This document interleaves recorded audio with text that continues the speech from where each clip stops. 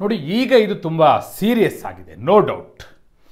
ನೋಡಿ, ಹೈಕಮಾಂಡ್ಗೆ ವಿಜಯೇಂದ್ರ ಸೆಡ್ ಹೊಡೆದಿದ್ದಾರೆ ಅಂದರೆ ನಾ ಸುಮ್ಮನೆ ಹೇಳಲಿಕ್ಕಾಗಲ್ಲ. ಇದು ಯತ್ನಾಳ್ ಟೀಮಿಗೆ ಸೆಡ್ ಹೊಡೆದಂಗಲ್ಲ.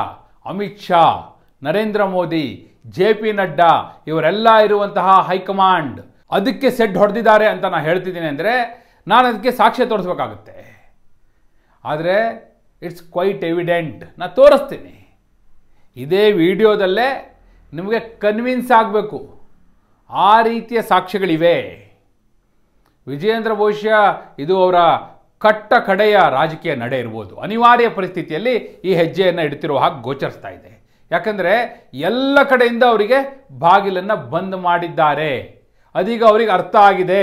ಅದೇ ಕಾರಣಕ್ಕಾಗಿ ತಮ್ಮ ಬತ್ತಳಿಕೆಯಲ್ಲಿದ್ದಂಥ ಕಟ್ಟ ಕಡೆಯ ಬ್ರಹ್ಮಾಸ್ತ್ರವನ್ನು ವಿಜಯೇಂದ್ರ ತೆಗೆದು ಹೊರಗಿಟ್ಟಿದ್ದಾರೆ. ಯಾವುದು ಆ ಬ್ರಹ್ಮಾಸ್ತ್ರ? ಯಾವ ರೀತಿ ಹೈಕಮಾಂಡ್ಗೆ ಅವರು ಸೆಡ್ ಹೊಡೆದಿದ್ದಾರೆ?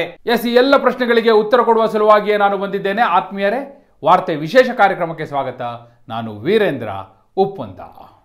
ನೋಡಿ, BJPಯ ಪಾಲಿಟಿಕ್ಸ್ ಬಹುಶಃ ಎರಡಲ್ಲೊಂದು ತೀರ್ಮಾನ ಆಗಬೇಕು ಅನ್ನುವ ದಿಕ್ಕಿನಲ್ಲಿ ಹೋಗ್ತಾ ಇದೆ. ಅದಕ್ಕಿನ್ನೂ ಬಹಳ ಸಮಯನೂ ಇದೆ. ಆದರೆ ಈಗ ಆರಂಭ ಆಗಿದೆ. ಅದು ಸ್ಪಷ್ಟವಾಗಿ ಗೋಚರಿಸ್ತಾ ಇದೆ. ನೋಡಿ, ವಿಜಯೇಂದ್ರ ಹೈಕಮಾಂಡ್ಗೆ ಸೆಡ್ ಹೊಡೆಯುವ ಲೆವೆಲ್ಗೆ ಹೋಗ್ತಾರಂದರೆ ಯಾವ ಕಾರಣಕ್ಕಾಗಿ ಹೋಗ್ತಾರೆ?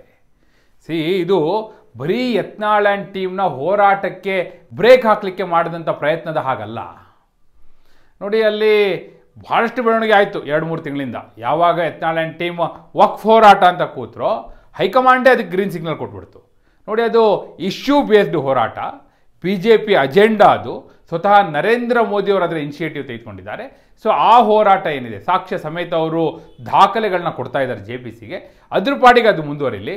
ಅದು ಬಿಟ್ಟು ರಾಜ್ಯ BJPಯಲ್ಲಿ, ಕರ್ನಾಟಕದ BJPಯಲ್ಲಿ ಯಾವ ನಾಯಕರು, ಯಾವುದೇ ಮಾಜಿ ಶಾಸಕರಾಗಲಿ, ಮಾಜಿ ಸಚಿವರಾಗಲಿ, ಹಾಲಿ ಶಾಸಕರಾಗಲಿ ಯಾರೂ ಕೂಡ ಬೇರೆ ಯಾವುದೇ ಗುಂಪು ಸಭೆಗಳನ್ನ ಮಾಡಬಾರ್ದು ಅಂಥೇಳಿ ಹೈಕಮಾಂಡ್ನಿಂದ ಡೈರೆಕ್ಷನ್ ಹೋಯಿತು.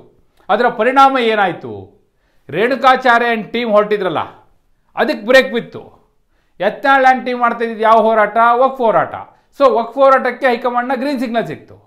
ಅಲ್ಲಿಗೆ ವಿಜಯೇಂದ್ರ ಅಂದ್ಕೊಂಡಿದ್ದೇ ಒಂದು, ಆಗಿದ್ದು ಅದರ ಡೆಡ್ಲಿ ಆಪೋಸಿಟ್. ಇದು ಒಂದು ಭಾಗ. ಇನ್ನು ಎರಡನೇ ಭಾಗ, ನಾನು ನಿನ್ನೆ ನಿಮಗೆ ಒಂದು ಸ್ಟೋರಿ ಕೊಟ್ಟಿದ್ದೆ. ಪದಾಧಿಕಾರಿಗಳ ಬದಲಾವಣೆಗೆ ಹೈಕಮಾಂಡ್ ಕೈ ಹಾಕ್ತಾ ಇದೆ ಅಂತ ಹೇಳಿ.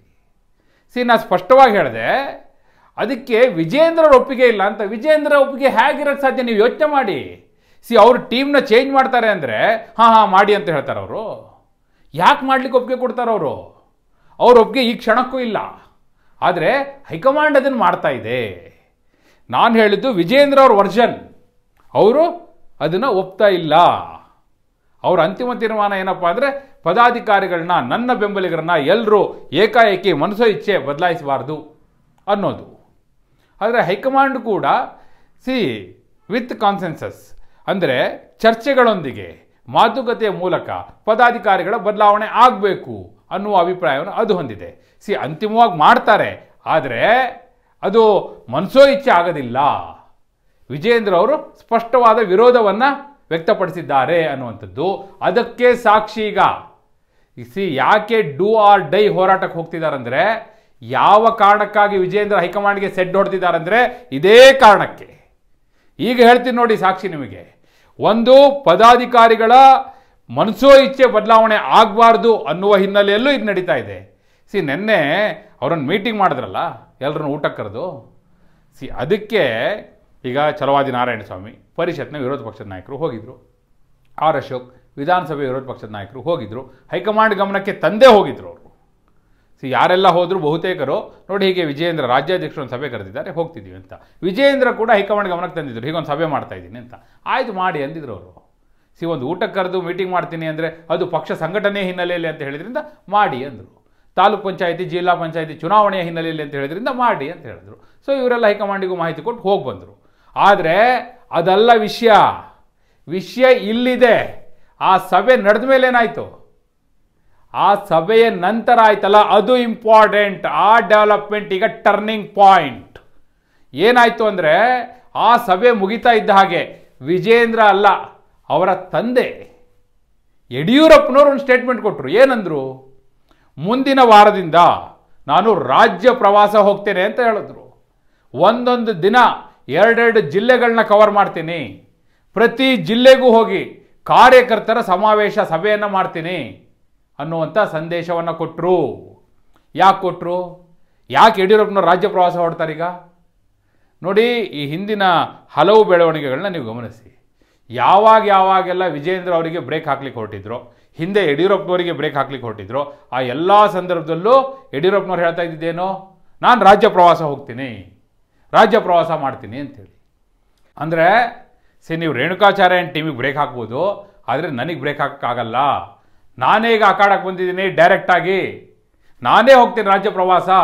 ಅಂದರೆ ಒಂದು ಪ್ರತ್ಯೇಕವಾದ ಪ್ರವಾಸ ಸಭೆ ಇನ್ನು ಶುರು ಮಾಡ್ತೀನಿ ಅನ್ನೋ ಮೆಸೇಜ್ ಕೊಟ್ಟರವರು. ಇದು ಹೈಕಮಾಂಡಿಗೆ ಸೆಡ್ ಹೊಡೆದಂಗಲ್ವಾ? ವಿಜೇಂದ್ರ ಅವರು ಕರೆದ ಸಭೆಯ ಉದ್ದೇಶ ಏನು ಅಂತ ಇಲ್ಲಿ ಗೊತ್ತಾಗ್ಬಿಡ್ತಲ್ಲ. ಇದೇ ಅವರ ಮೂಲ ಉದ್ದೇಶ, ಇದೇ ಅವರ ಮೂಲ ಗುರಿ.